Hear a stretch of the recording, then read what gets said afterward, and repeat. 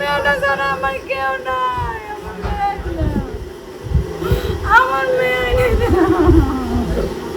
Post-mortem করে ঠিক সেই পদের অপারেশন করছে। তখন আমরা চিন্তা করছি যে অ্যাপেন্ডিসাইটের অপারেশন তো সামান্য একটু মানে সাইডে অপারেশন করে আর কি। তো এরকম অপারেশন করলো কারণটা কি আর কি। তারপরে যেখানে ওখানে দায়িত্ব ছিল যে ডাক্তার, আইসিইউর যে ডাক্তার ছিল, যাকে ওনার সাথে আমি কথা বলছি, উনি বলছে যে নাকি এটা অ্যাপেন্ডিসাইটের অপারেশন না, সে অন্য কথা বলছে যে নাকি অন্য অপারেশন আর কি। হ্যাঁ, কিন্তু আমার তদারকি রয়েছে, আমি মানে মেডিসিন যেভাবে ব্যবহার করতে কইছে আমি ঠিক সেইভাবে ব্যবহার করছি। কিন্তু সে 9টার পরে মারা গেছে। আমি একটা ডেথ সার্টিফিকেট লিখে আমি চলে আসছি, ওনার ডিউটি ছিল না। এখন আমরা মানে এটার সঠিক বিচার চাই কি। অ্যাপান্ডিসের নামে সে কি করছে, প্রথমে ফুটে করছে, ফুটে করে পরে নারী কেটে বলছে, পরে আবার ওপেন পুরো বুকটা ফেরে একটা ফেরে তারপরে হ্যাঁ নারী কেটে পরে অপারেশন সাকসেস করতে পারি নাই। আমাদের বিচার চাই। স্বাস্থ্যমন্ত্রীর কাছে হাসপাতাল কর্তৃপক্ষ কি বললো, এখন কি বললো, তারা কি বললো, তারা কোনো সমাধান বা কোনো আমাদের কোনো সমাধান এখনো দেয় নাই। তারা বলছে যে ডাক্তারকে আমরা ফোন দিয়ে পাই না, তারাও ফোন দিয়ে পায় না, ডাক্তার নাই, ডাক্তার পালাইছে। আমার অ্যাপেন্ডিক্সের অপারেশন করার কথা, সেখানে এই এটা করছে, দেখেন এটা কি দোষ না,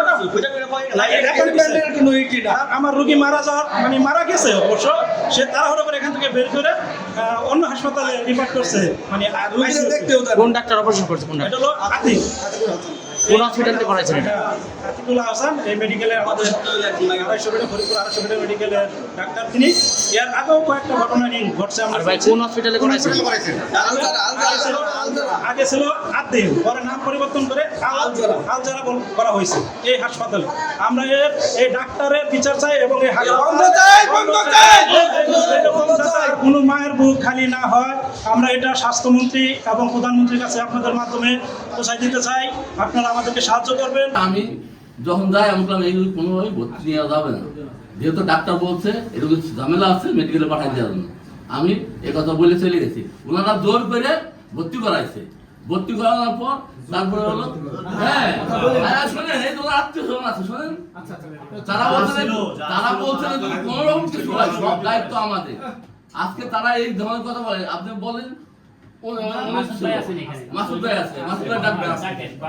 আমি ইতিমধ্যেই এটা জানার সাথে সাথে একটা তদন্ত কমিটি গঠন করেছি এবং তদন্ত কমিটি তদন্ত করার পরে যারা এই বিষয়ে দোষী সাব্যস্ত হবে অবশ্যই তাদের বিরুদ্ধে যথাযথ ব্যবস্থা নেওয়া হবে।